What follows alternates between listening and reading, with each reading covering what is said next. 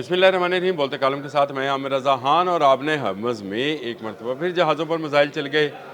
बड़ी ही कशीदा सूरत हाल है। एक तरफ जो है कुंभ में आयतुल्ला अली ख़ामनेई का जो है जनाजा है और वहाँ पर करोड़ों लोगों की शिरकत है। मैं इस पर बात करना चाहता था कि अचानक खबर ये सामने आई कि आपने हरमज़ में एक ऑयल टैंकर पर जो कि कतर से तल्लक रखता था और अमेरिका की हिफाजत में गुजरना चाह रहा था, उस पर मिसाइल या प्रोजेक्टाइल जो है, इसको प्रोजेक्टाइल बोला जाता है लेकिन असल में तो ये मिसाइल ही है, जो है वो लगाया गया और उससे उस जहाज़ को नुकसान पहुंचा। जानी नुकसान तो अभी तक यूके मैरीटाइम ने नहीं रिपोर्ट किया है, लेकिन ये कहा है कि जहाज़ों का ये काफ़िला रुक गया है। इससे पहले ये खबर आ रही थी कि 10 जहाज़ जापान के जो हैं गुजर रहे हैं, जिनमें ऑयल टैंकर्स भी हैं जो कि लाखों बैरल तेल लेकर जा रहे हैं। एक कारों से बड़ा जो है वो भी जहाज़ था जो कि दूसरी तरफ से खलीज में दाखिल होना चाह रहा था, तो तमाम काफ़िले रुक गए। अब तक की रिपोर्ट के मुताबिक तकरीबन 11,000 जहाज़ जो हैं रुके पड़े हैं। इस पर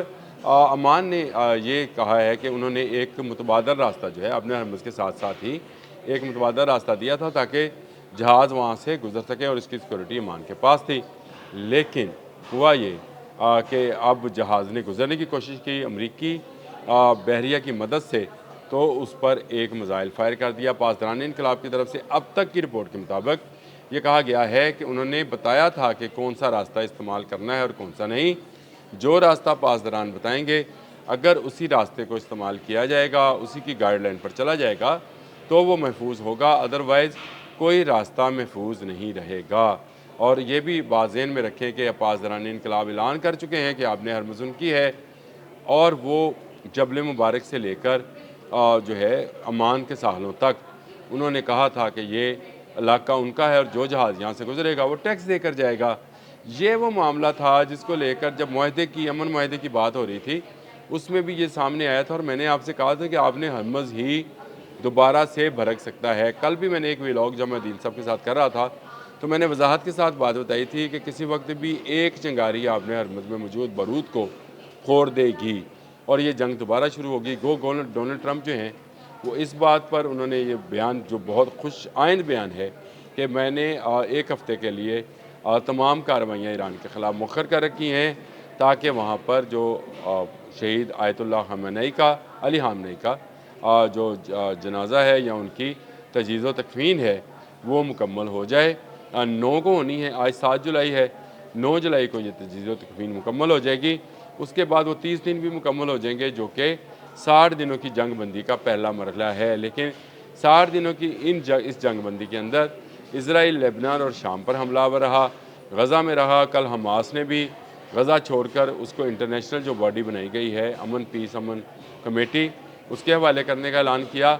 बहुत सारे मामला जो हैं एक दूसरे के साथ उलझ रहे हैं और उसमें अब आपने हरमज़ के अंदर कतर के एक जहाज़ जिसका नाम भी बताया गया है कि एसएसजी शिपिंग डाटा से इज़हार हुआ कि ये जो है जापान से मुतल्लिक तो 10 जहाज़ थे, लेकिन ये कतर का जहाज़ था जो 1,20,000 बैरल जो है तेल लेकर या क्रूड ऑयल लेकर जा रहा था और नामालूम मिसाइल ने इसको निशाना बनाया है। अब ये भी कहा जा रहा है कि इस जहाज़ में आग भड़क उठी थी। जानी नुकसान का अभी तक कुछ पता नहीं है। कतर के ऑयल टैंकर अल रकियात, मैंने ये नाम असल में याद नहीं किया लेकिन आपको बता रहा हूँ कि ऑयल टैंकर अल रकियात ने अमरीकी बैरियर की मदद से अपने हरमज़ में अमानी रास्ते से गुजरने की कोशिश की, लेकिन बार बार की तनबीह के बावजूद जब ये ना रुका तो इसे निशाना बनाया गया। लेकिन ये शुक्र है कि उस पर अमेरिकन बहरिया ने कोई जवाब नहीं दिया है। यानी अगर अमेरिकन बहरिया जवाब देती तो एक मरतबा फिर जंग जो है वो भड़क सकती थी। और एक तरफ ये प्रोसेशन जारी हैं, इसराइल चाहता यही है कि जंग जो है किसी सूरत रुके ना, जंग जारी रहे। लेकिन ये आपने हरमज़ पर जो कंट्रोल है ये आपको पासदारान का मानना पड़ेगा। ये दुनिया के लिए एक सबक है कि एक जहाज़ जो कि अमरीकी बहरिया की निगरानी में, यानी अमरीकी जो वॉरशिप्स थे उनकी निगरानी में गुजारने की कोशिश की गई। एक तजर्बाती तौर पर ये जहाज़ गुजारा जा रहा था ताकि ये गुजर गया तो इसके पीछे पीछे बाकी जहाज़ भी इसी अमानी रास्ते के ज़रिए गुजर जाएंगे। लेकिन उसी पर एक प्रोजेक्टाइल जो है वो फायर होता है और फायर होने के बाद उस पर आग भड़क उठती है। अल रकियात नामी इस जहाज़ के अंदर भी लाखों बैरल तेल मौजूद था। اب صورتحال یہ ہے کہ جاپان کے 10 جہازوں کو پاسداران انقلاب نے کلیئرنس دی ہے کہ وہ گزر سکتے ہیں، لیکن وہ راستہ وہی ہوگا جو آپ کو اختیار کرنا پڑے گا، جو کشم اور کرک کی طرف سے پیچھے کی طرف سے ہو کر گزرے گا، اور یہ اسی راستے سے واپس بھی جا سکیں گے۔ تو اس کے لیے پاسداران انقلاب کوئی ٹیکس لگانا چاہ رہے ہیں، وہ لوگوں کو بتانا چاہ رہے ہیں کہ ایک ہی راستہ ہے، اسی کو استعمال کریں، اور اس کے لیے جو ٹیکس وہ مقرر کریں گے، چاہے وہ $20,000 ہے یا $15,000 ہے، یہ ان پر منحصر ہے کہ وہ کتنا ٹیکس لگاتے ہیں۔ لیکن 28 فروری سے پہلے والی آپ نے حمس جو ہے 4 ماہ پہلے فروری میں جو ہوا تھا، وہ آج جولائی ہے، تو آپ اندازہ کر سکتے ہیں کہ 4 ماہ پہلے جو صورتحال تھی آپ نے حمس کی، وہ دوبارہ کبھی نہیں ہوگی۔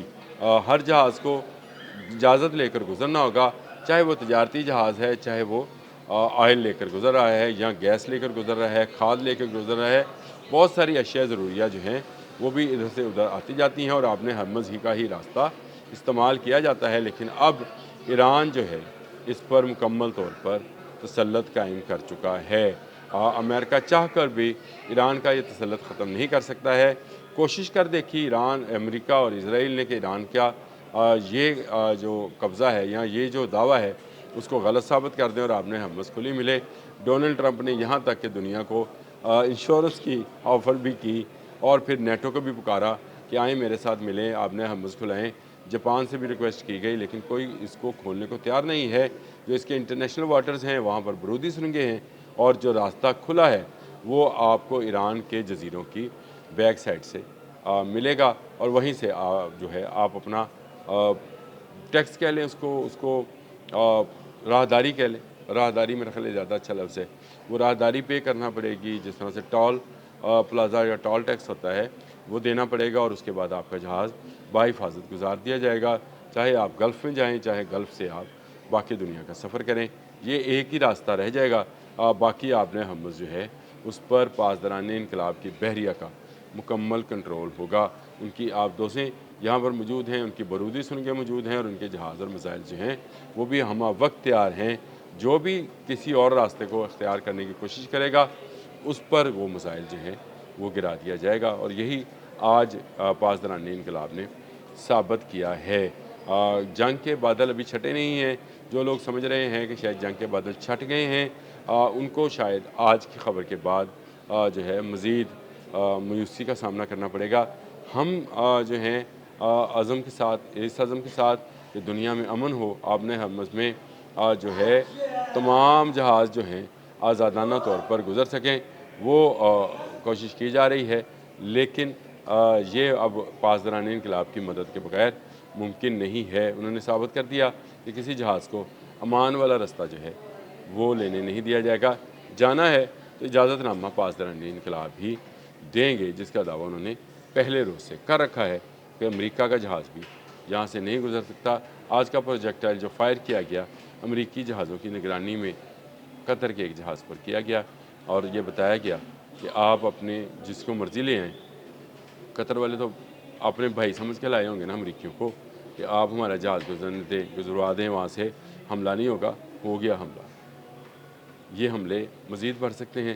9 جولائی کا انتظار کریں۔ 9 جولائی کے بعد پتہ چلے گا کہ یہ معاہدے کا، امن معاہدے کا اونٹ کس کروٹ بیٹھتا ہے۔ اب تک کے لیے اتنا ہی۔ اللہ حافظ۔